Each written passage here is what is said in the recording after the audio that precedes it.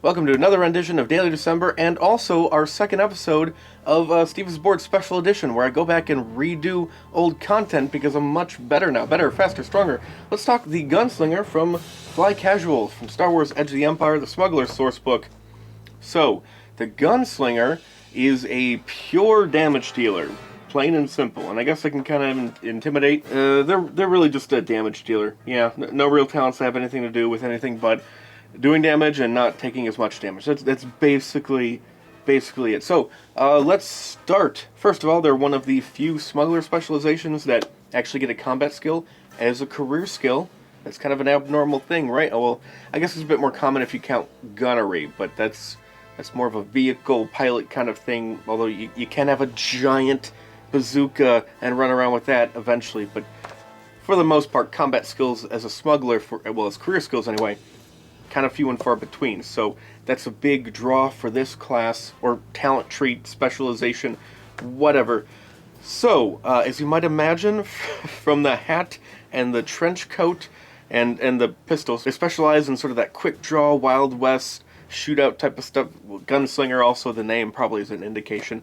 And the dual pistols in the picture, that's no coincidence. They do specialize in dual-wielding combat, which we did get a little bit of later on or more recently, in the Collapse of the Republic ARC Trooper specialization. This one definitely has a bit more dual-wielding pistol stuff, though. So, let's focus on the damage, shall we? Let's see, we have critical hits. We get help with critical hits, simply improving your critical hit rolls that you inflict on someone else. Not only do we have a bit of help so that when you do score a critical hit, they're going to be a bit more severe, but also we have a little bit of help, sorry about the mess, with making your critical hit more likely to happen in the first place. However, this is not all the time. This is only, and this sort of fits in with one of the themes of being a quick draw gunslinger, this can only happen early on in the fight. So the gunslinger is big on doing a lot of burst damage really quick early on, but they also have help with damage beyond that as well. So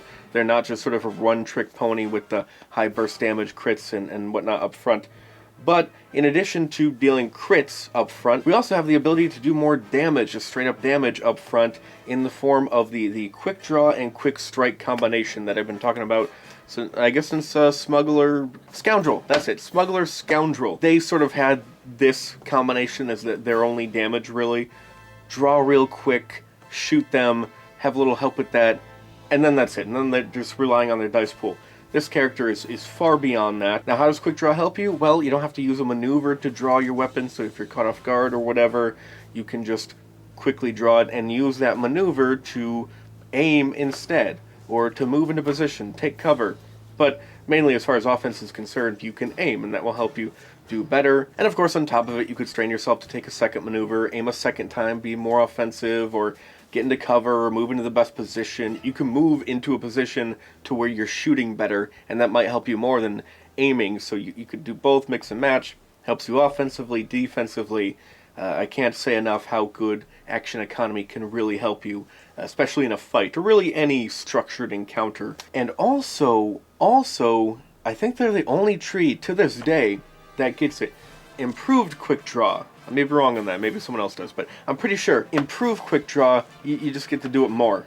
So, because you're a dual pistol guy, that's going to help you a lot. That's pretty huge. This might be a good supplement for ARC Trooper. They might pair well together. Now, we do have a talent, which we also saw in ARC Trooper, where you just plain have an easier time dual-wielding your pistols, and also, this is sort of the crown jewel, and it takes a while to get there, but we have a talent where you can more easily spread your offense. Like normally when you dual wield, you're just attacking the same target with both weapons, but with this one, you can actually spread it out and attack different targets, which could be really useful if you just want to spread some damage. Maybe someone else is preparing some sort of area effect attack, or they already did an area effect attack, and so you want to spread it out in that way. Maybe you got an ion pistol and a regular pistol to deal with droids and humans respectively, and so it's more efficient to do that overall. Or you're just in a situation where it's probably going to be overkill if I dual wield against that minion group. They're almost gone, so why don't I share the love against them as well. So a lot of different uses for that, and it could be really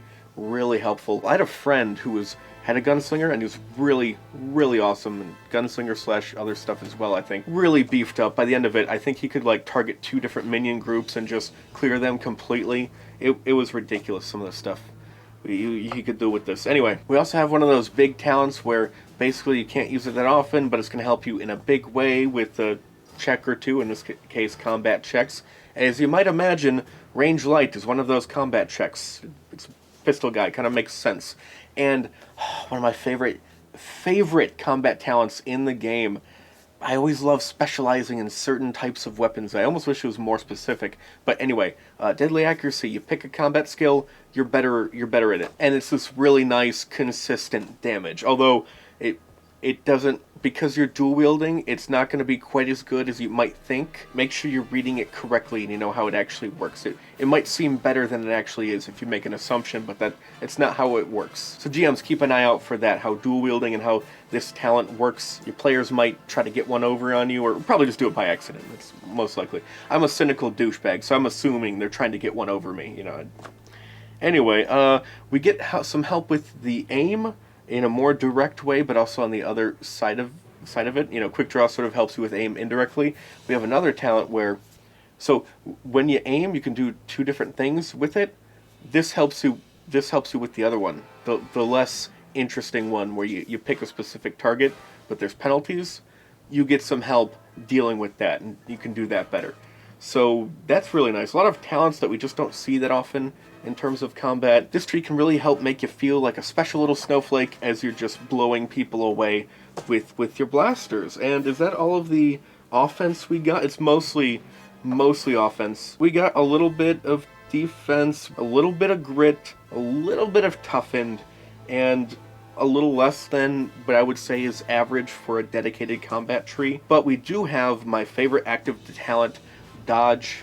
I love the choice involved. It's very flexible. There's a cost to it. It's just good stuff all around. And of course, because a big part of this is attacking as much as possible, as much offense as possible, and as early as possible, we do have some really good help with your initiative. So that's going to be great for you, not just with the talents, but also with your career skill. So that is fantastic. Now, for building your gunslinger, well, for an agility, that's definitely one of the better ways to go. Just lean into your strength, why not? Also, you do get a lot of help with combat in a wide variety of ways, to where it's very easy to justify just being solid in combat. Go for that 3 in agility, and get a 4 in something else, like say cunning, because you have all these career skills just from your career, like 4 of them, which are cunning based. And so get a 4 in that, sort of buy and forget kind of a strategy. You'll be pretty solid in those areas, and you can be navigate the criminal underworld guy. Make sure you're getting as many ranks as possible in range light, because you want that starting dice pool to be solid. At least the 1 yellow, 2 greens. Try and upgrade that as much as possible if that's the route you're going with just a 3. But 3, that can be pretty solid. 2 yellows and a green, depending on what your species is and where your points go, that's not outside the realm of possibility at character creation, especially if your species gets a combat skill like range light right out of the gate. Well, then you can double up, nice and easy. Another stat that's really important, will. They do get coercion as a career skill, but no talents that have anything to do with it. But, will, that can help with recovering strain. Also, initiative, have a higher strain threshold to take extra maneuvers more often. So a 4-3-3 with agility, cunning, and will, and either cunning or agility taking that 4 spot. That's not a bad way to go. Of course, I love me the 4-4 builds. I shouldn't even be saying it anymore. It goes without saying, doesn't it?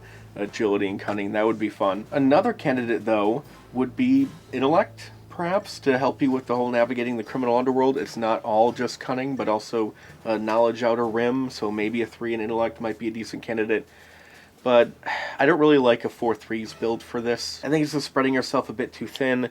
As far as species goes, I do like the strategy of having a combat focus. If you can get light range as a career skill, having that, and then you can do the cunning flexibility, then it's a bit more easier to justify the 4 cunning flexibility route. But also, like with any tree that's pretty extreme in one way, you could rely on the tree to get that job taken care of. Just have a 3 in the relevant characteristic, and then pick a species that's really geared in a different way. The failing from this is a really excellent natural talker. So pick them and you'll be solid in some aspects of talking, and then the tree can take care of the rest. Although really, coercion. I kind of want to make the most of coercion. Is there a species that is naturally intimidating? I'm sure there is. I can't think of one. If you find it, I like that for Gunslinger. Make most of that career skill in coercion. Will is naturally very important to this tree, so it probably makes the most sense if that's the kind of build you want to go, having the species work with that. So that is it for today. If you like this video and want to see more, come back tomorrow. We got a new video every day for all of December, daily December. See you then.